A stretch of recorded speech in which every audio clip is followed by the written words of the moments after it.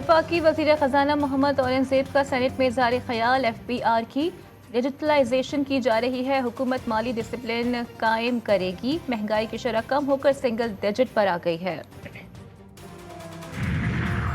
वफाकी हुकूमत अहम कानून साजी के लिए सरगर्म, वज़ीर आज़म शहबाज शरीफ ने अरकान पार्लियामेंट को आज इशाइये पर बुला लिया। जमीयत उलमा इस्लाम के अरकान को भी शिरकत की दावत, JUI ने अभी तक शिरकत करने या ना करने के हवाले से कोई फैसला नहीं किया।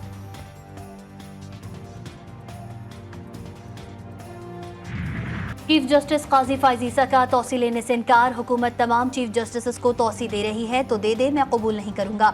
जस्टिस काजी फायज ईसा की सहाफ़ियों से गैर रस्मी गुफ्तगू। राना सनाउल्लाह कह रही हैं कि अगर तमाम जज साहिबान की उम्र बढ़ा दी जाए तो आप भी एक्सटेंशन लेने पर मुत्तफिक हैं। सहाफ़ी का चीफ जस्टिस से सवाल। चीफ जस्टिस ने कहा कि राना सनाउल्लाह साहब को मेरे सामने ले आएं। जिस मीटिंग की बात की जा रही है उसमें राना सनाउल्लाह मौजूद ही नहीं थे। हाई कोर्ट जजेस के खत से मुताल्लिक केस को समाअत के लिए मुकर्रर ना करने पर जवाब दिया कि इसे समाअत के लिए कमेटी ने मुकर्रर करना है।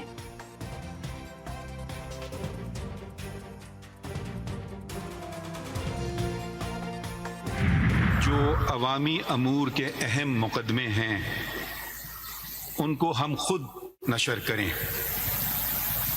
अब यहाँ तक मीडिया की इन्फ्लुएंस की बात आती है, अक्सर हम देखते हैं कि अवाम तक रसाई नहीं होती और अवाम बस वो चीज़ देखती और समझती है जो कि किसी टेलीविज़न चैनल ने दिखा दी।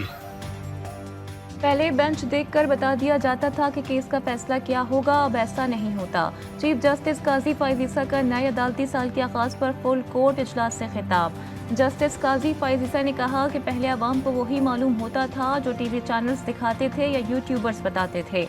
हमने फैसला किया कि अवाम खुद हमारी कारकर्दगी देखे। चीफ जस्टिस को 3000 सीसी मर्सिडीज बेंज की ज़रूरत नहीं, उनको वापस भेज दिया गया।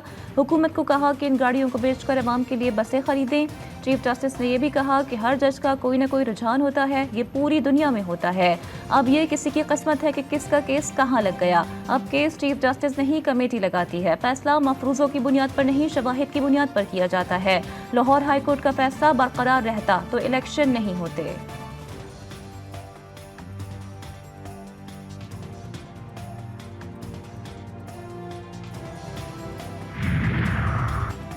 सुप्रीम कोर्ट में चोरी, चोर 2 कंप्यूटर्स ले उड़े। चोरी शुदा कंप्यूटर्स की मालियत 6 लाख रुपए बताई जा रही है। कंप्यूटर सुप्रीम कोर्ट की तीसरी मंजिल के कमरे से चोरी किए गए। CCTV फुटेज में अदालत के 2 मुलाजमीन फैसल और जाहिद मशकूक नकलो हरकत करते देखे गए।